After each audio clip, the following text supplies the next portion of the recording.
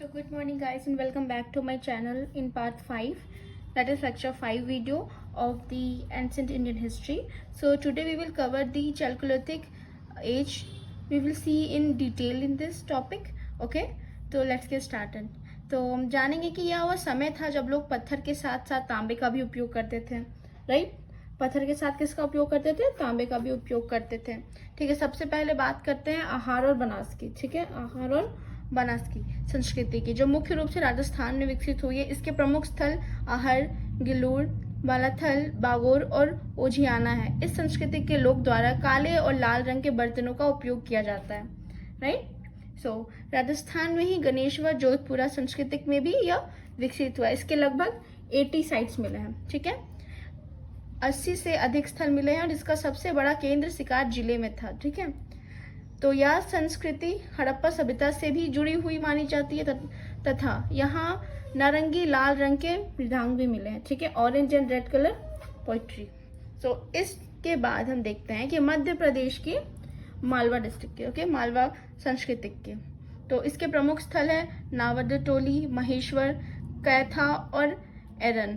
तो नावदटोली इसका सबसे बड़ा स्थल माना जाता है. यहाँ संस्कृति के माध्यम भारत के प्रमुख ताम्र प्रशांत संस्कृति थी और यहाँ खगान उत्पादन के पर्याप्त माने गए हैं. ओके, बहुत सारे प्रमाण यहाँ पे दिखे हम लोगों को. तो महाराष्ट्र के जोरवे किले में हम लोग देखते हैं जोरवे संस्कृति का विकास हुआ था.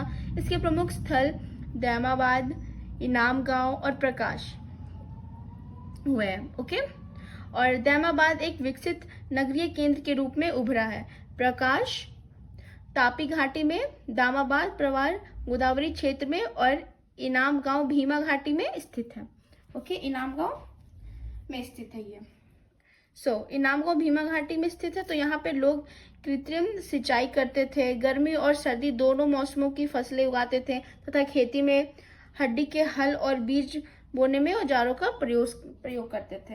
राइट, तो पश्चिमी भारत में सवलदा संस्कृति का भी विकास हुआ है जिसका प्रमुख स्थल था आओथे.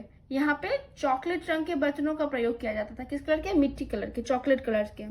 राइट, तो पूर्वी भारत में बिहार और पश्चिमी बंगाल में क्षेत्रों में भी ताम्र प्रशांत संस्कृति के प्रमाण मिले. जैसे कि बिहार में मिले हैं हम लोगों को चिरान, सोनपुर, जबकि पश्चिम बंगाल में पंडुराज राजार में क्या मिले? डिब्बी और महीपदक प्रमुख स्थल मिले हैं.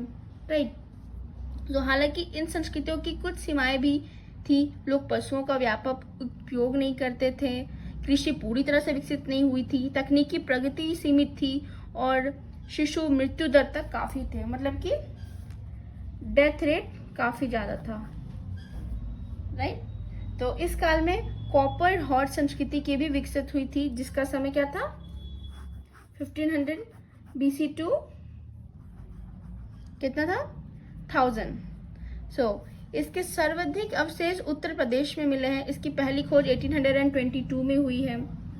ओके, बिथूर में.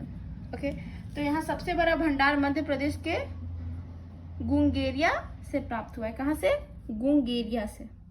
राइट, तो अंत में गेरुए रंग से मृदान संस्कृति, मतलब कि और के coloured poetry culture OCP. Okay, what is OCP?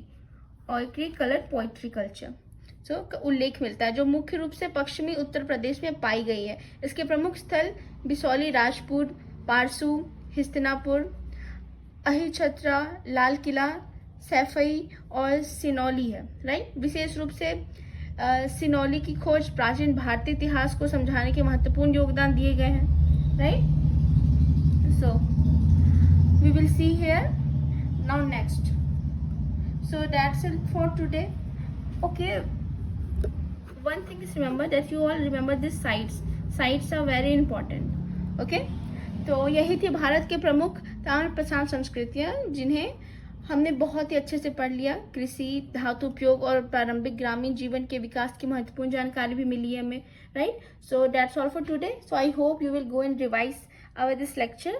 So that was beneficial for you. So thank you so much. Have a nice day.